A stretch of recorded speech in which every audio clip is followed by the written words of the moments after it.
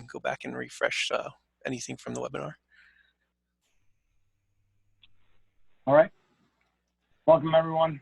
My name is Jason Merritt. I'm one of the senior engineers for KIT Communications. Tracy and I worked on this presentation to give you just a kind of an overview of the thermal imaging solutions and what they are, some of the manufacturers, the technologies, more importantly, some of the guidelines, setup types, the accuracy of some of these systems. So just briefly, KIT Communications, we were founded in 1999. We're located in Annandale, Pennsylvania, just kind of between Hershey and Lebanon. We're a technology integrator. We have Bixby RCDD on staff. Some of our employees are current and former military. We work with several school districts throughout the state, as well as outside the state. And we really focus on commercial and industrial customers. We don't have really much focus of any type in the residential market. So some of the use cases for thermal imaging right now, currently, we look at reducing pretty much, risk of infection, disruption to operations, any ongoing costs associated with an individual that has been found to be infected in the facilities, hopefully reducing some type of fear and anxiety of those individuals, preventing any negative PR, and reduce some of the potential liability that there may be involved going forward. And Jason, go back to that slide real quick for me, please. Yeah, I'm sure as many of you saw, the state put out their guidelines for the cleaning, we'll say the mitigation steps that need to be taken in the event of suspected infection or exposure in your facilities. Each one of those incidences is going to have a cost, not just in cleaning and time and materials and not using that portion of your building for that period of time. I know PASBO's safety group and Bill Miser, they just did a webinar outlining a lot of those procedures. So obviously, the key to reopening in the fall, the key to pretty much trying to mitigate all of these factors really is preventing the infection from even entering your building to begin with. And that's kind of where this whole webinar will wrap up in terms of where the use case is in this technology is trying to prevent the infection from even entering your building. I know also with PASBO, they had put out some information on the liability piece and whether or not your respective organization's insurance will cover infections and the potential liability and risk that comes from that, and the lost instructional time, obviously, that for a lot of you are schools.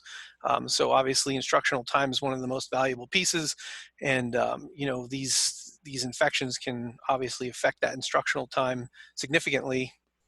And this system as a whole, really the idea is to try to keep the infection out of the building to start with. So we're just going to do a brief overview with regards to thermal imaging. Realistically, thermal imaging is produced by a camera. There's multiple types of cameras, but by definition, the thermal camera is a thermal imaging device that essentially is a heat sensor capable of detecting extremely tiny differences in temperature. The device collects the infrared radiation or heat from the objects in the scene and creates an electronic image based on the information about the temperature differences. Currently, there are over 60 known manufacturers or OEMs that have products out on the market: thermal body scanners, elevated body detectors, fever scanners, and we'll address kind of the terms throughout this presentation. And there's several other manufacturers that are actually coming to market currently that don't currently have a solution. However, there are only a select few of those manufacturers that have actually manufacture a solution from the ground up, and they've been in this market for more than 10 years. Some of these manufacturers have been around since SARS, Ebola, and those other pandemics that have been around in the past.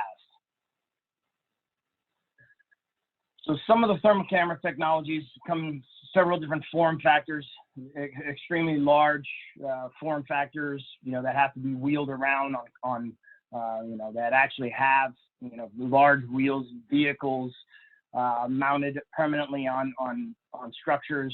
Other devices only requiring, minimal mounting, say, for example, on tripods. And then you also have handheld devices that can be controlled manually to be able to walk around and scan individuals one person at a time, etc. Here are some examples of those different types. You've got the permanent mounted, something that would be mounted on a vehicle, the outside of the building. Some of the devices that are handheld can be handheld or tripod mounted, and then other devices that could be used in a more permanent installation, either inside or outside of a facility. While all thermal imaging cameras have an infrared sensor to pick up the infrared wavelengths, many of them have a visual light lens that also creates an image to superimpose over the infrared image to provide you a little bit more context and detail on top of that infrared image.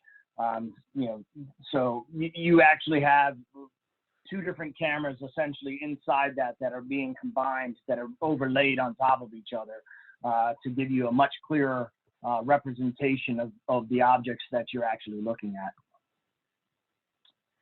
Then we start to get into sort of the guidelines, the criteria for these types of cameras, especially when it refers to quote unquote fevers. Those guidelines by the FDA, as well as other departments, along with IEC, which is an international consortium similar to the FDA, as well as ISO, the ISO standards for that. So the FDA guidelines refer to it as an elevated body temperature measurement is confirmed in the context of use with secondary evaluation methods, non-contact infrared thermometer or clinical grade contact thermometer, something that you would put in your mouth under your armpit, or a handheld device that would scan much closer than the actual cameras themselves. In general, manufacturers of thermographic systems intended for injunctive diagnostic screening are required to submit a pre-market notification pursuant to Section 510K from the FDA in order to be quote unquote certified as a clinical device, or a device that can be stated as being following those guidelines within the FDA, and specifically those guidelines. We'll get into later on in the setup types and the accuracy of the devices. Yeah, to put that in the layman's terms for them, Jason. So one of the challenges with this market, as people are starting to look at these cameras and manufacturers are out there presenting them, is, of course, they sense a need, so everybody's pushing stuff out onto the market. Some of those things are things that were just thrown together last minute. The FDA has a protocol in place to vet those cameras and to make sure they meet certain criteria and benchmarks for accuracy before they can be termed, a fever detection camera, let's say, versus just a thermal camera. The fever detection designation that is approved by the FDA is saying that it has met a bunch of bench testing and the rigid testing requirements to make sure that it's within the accuracy levels to be called a fever detector, or else they would not be allowed to do that. Now, what makes it an interesting market right now is the FDA, because of the pandemic, has temporarily suspended those requirements for a lot of these companies to market those systems. So you have to be very careful when you're looking at these systems to look to see if they have FDA designation. And just because they don't, I should say, doesn't mean that they are a bad camera. You just have to know what you're buying and make sure you're an informed, consumer. They will still detect, elevated body temperatures. The question is whether that detection, that temperature it's giving you, what is the accuracy range?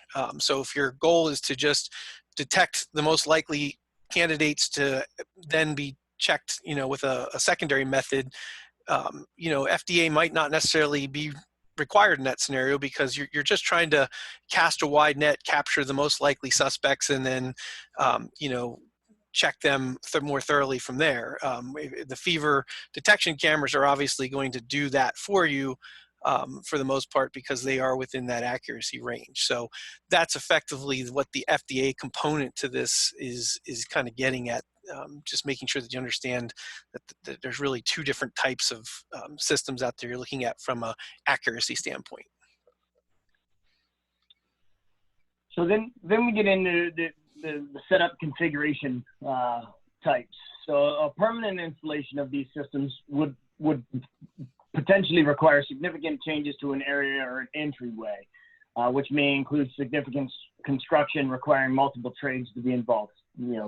Concrete, electrical, framing, those types of things within a major construction project.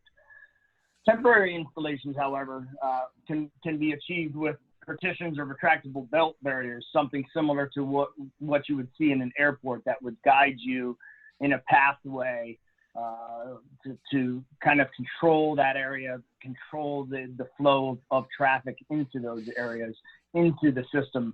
And it would allow you for easy setup and proper use of the system during calibration. Mobile setups allow for quick relocation of the system for meetings, events, even secondary screenings that we kind of looked at. Something along the lines of when we discuss secondary screenings, if you have a primary screening area, someone coming into the main entrance of the building, and for example, a school day, maybe a student has taken some ibuprofen that morning, has reduced their fever, and the system hasn't necessarily caught that fever or an elevated temperature in their body, in their skin. You could set up some mobile locations in the lunchroom, cafeteria at lunchtime to do a secondary screening, so that some time has potentially elapsed that you can still capture potentially some individuals that have had an elevated temperature, or that have started to show signs or symptoms that they may not have had earlier in the day either. And just to add to that, that type of a deployment, of adding secondary cameras in those areas would also work in conjunction then, if you have an existing camera system, for you to track back which students actually got past your initial screening in the morning, and then potentially using your existing camera system to figure out what areas those students were in, whom they may have been within proximity of or in contact with outside of just their classrooms. Obviously, they're going to have their schedule, so you'll, for the most part, know what classrooms they were in, but what was their movement like when they were outside of that area. So your traditional camera system then could help, track back those students potentially to see where you need to clean, or who they might have walked with, things like that. And finally, in the final part, important piece of all setup types, there should always be a secondary check with an approved clinical medical type style device, like a thermometer or a handheld thermal temporal device. Once those individuals have been flagged by the thermal camera system, it is a guideline by all of the standards, both FDA, IEC, etc., to have a secondary verification of those individuals that would have an elevated temperature. Then we get into the accuracy of these systems. So the thermal camera systems, and this is specific to those thermal camera systems, laboratory temperature accuracies for thermographic systems have a very, very tight tolerance. So you're looking at a plus or minus of 0.5 degrees Celsius or equivalent of 0.9 degrees Fahrenheit. And at least the temperature range, a very, very narrow temperature range over the broad spectrum of that system. So it would only allow a variation of roughly about 8 to 9 degrees at most. And then they also talk about consistency.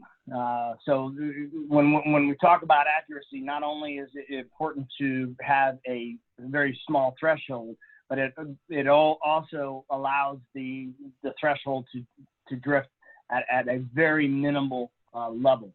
So on top of that range, there is very, very little drift. So almost every single reading is very, very close for every single individual at any given time. Some manufacturers require a black body calibration device.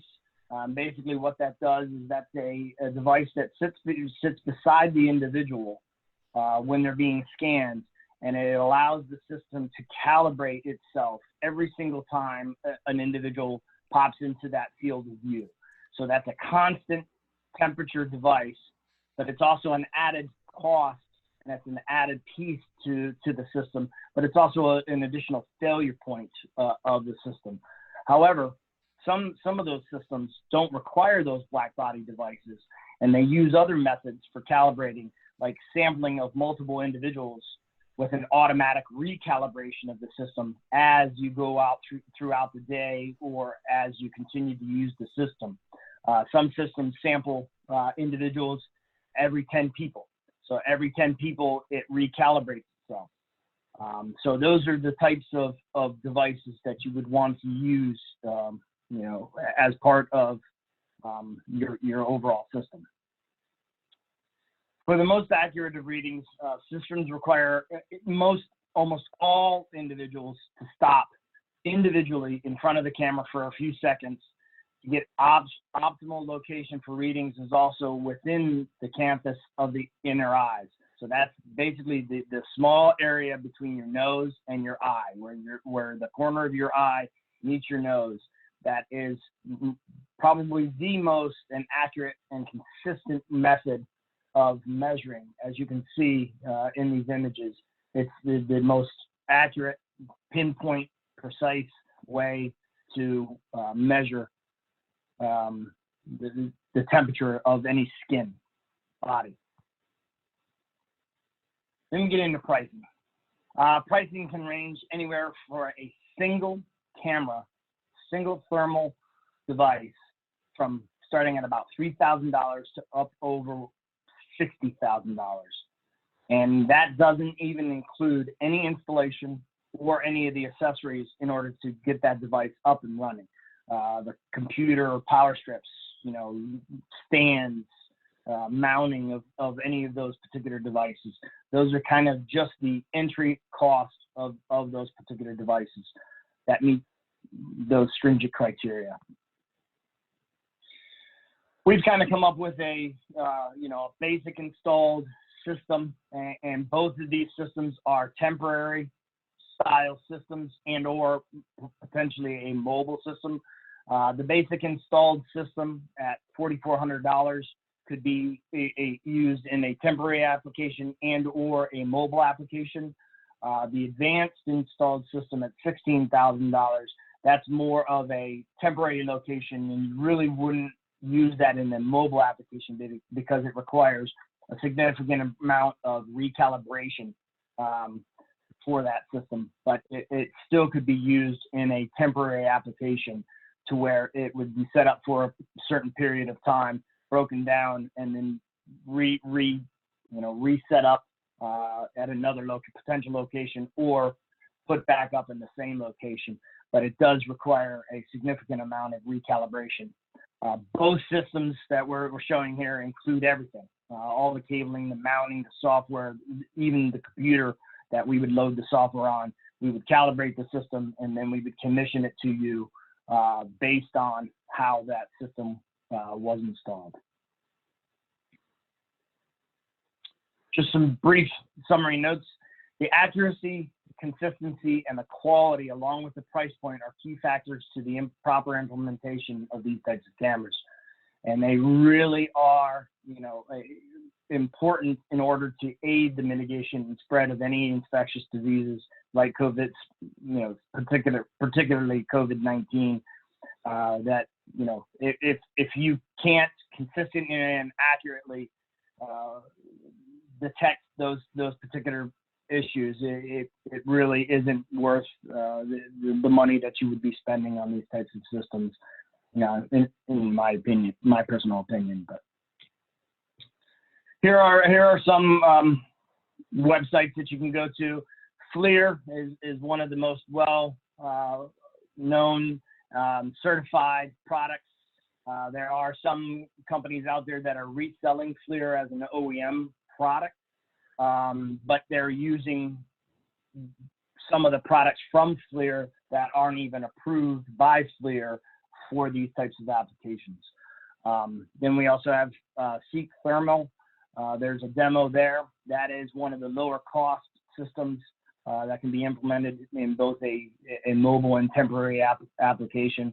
And then also the current FDA guidelines for the coronavirus COVID-19 criteria, selection criteria, kind of guidelines of what type of products you would want to look for to implement in your application. And that is it. If anybody has any questions, feel free to throw them out there in the chat to everyone, and we can certainly try to answer any questions anybody might have.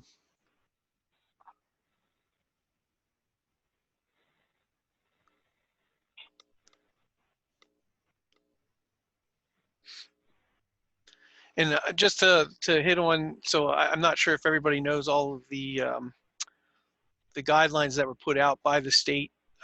There is a guideline for temperature monitoring that is really only applicable under the suspected exposure. So it's not required for all businesses. It's only required if there was a suspected exposure to someone who was, potentially infected. But I'm sure, given the size and the number of people coming through, a school facility, the likelihood that your organizations are going to end up encountering, that type of scenario are pretty high.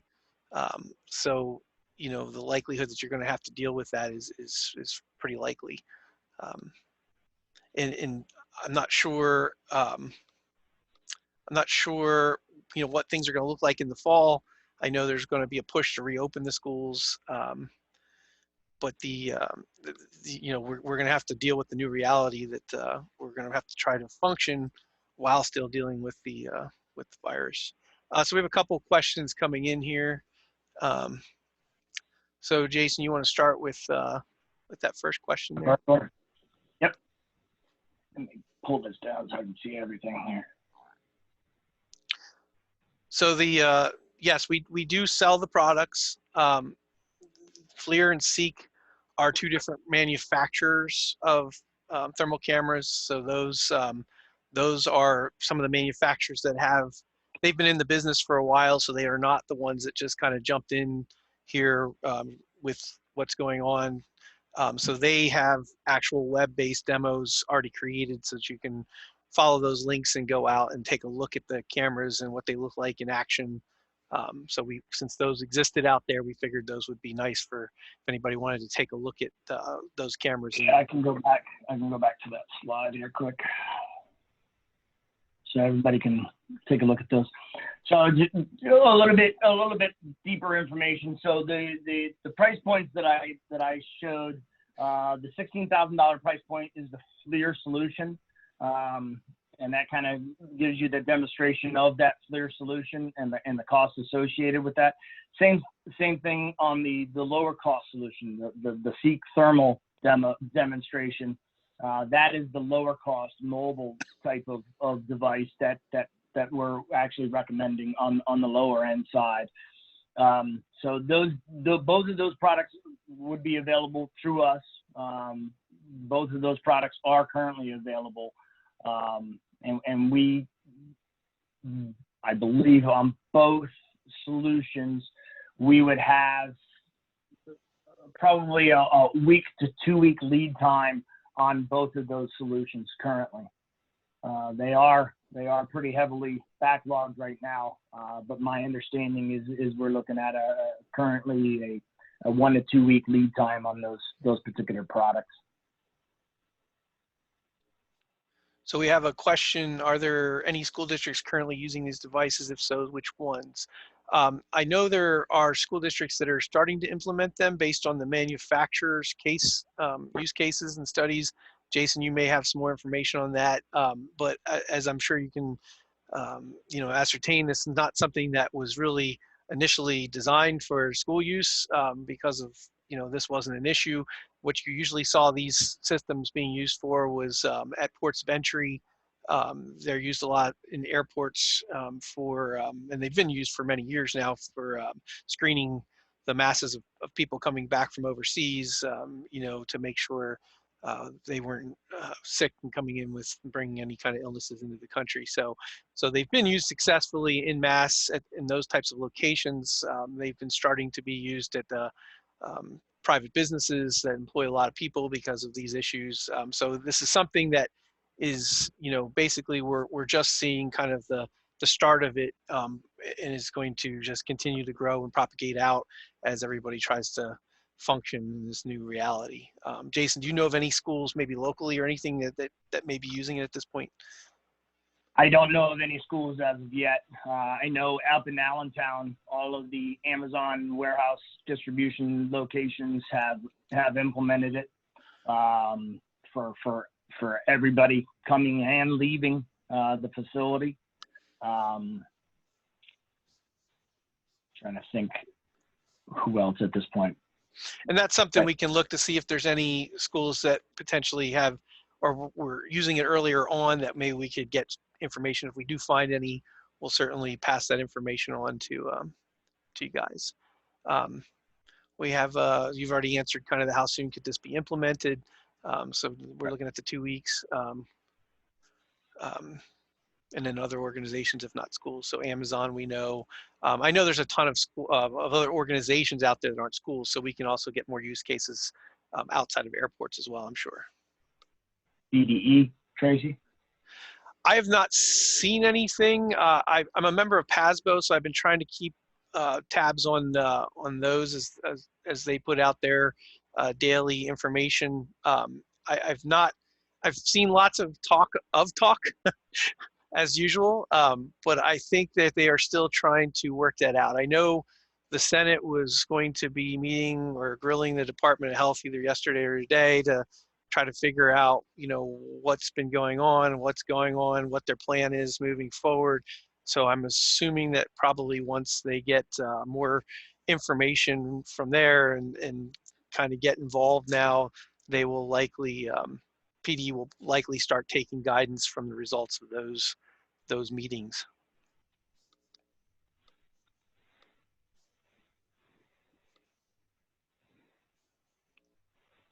So there's a couple types of cameras we didn't mention. There's a camera that looks at everybody coming in at kind of one shot. The challenge with that is then somebody has to be there, recognize that person, and pick them out of the group.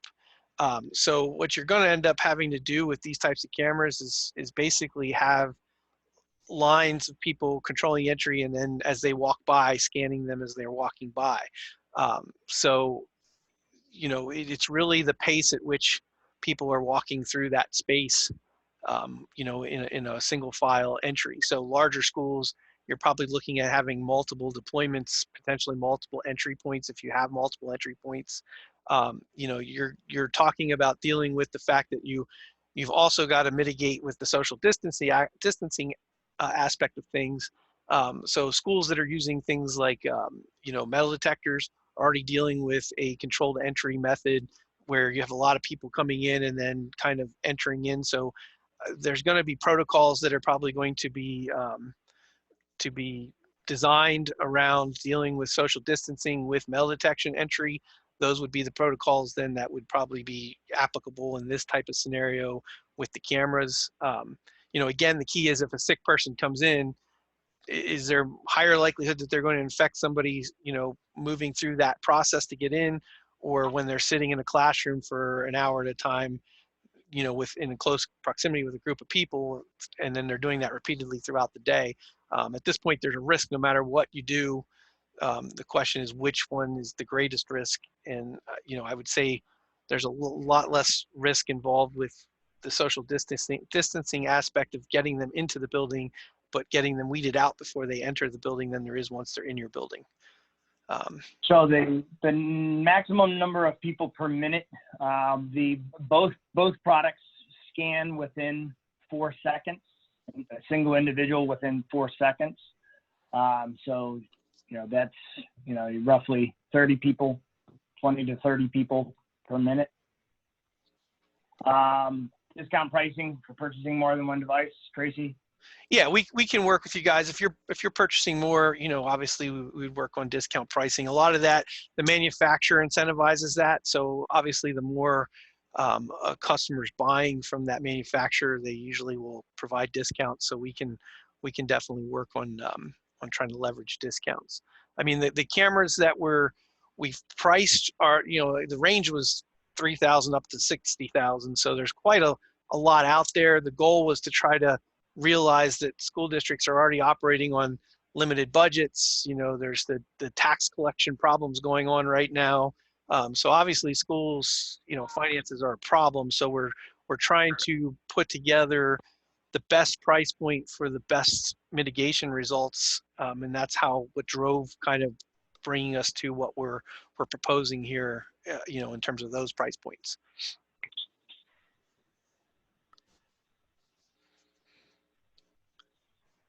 Any other questions? All right, well, we appreciate you guys attending. If you do have any other further questions, feel free to reach out directly.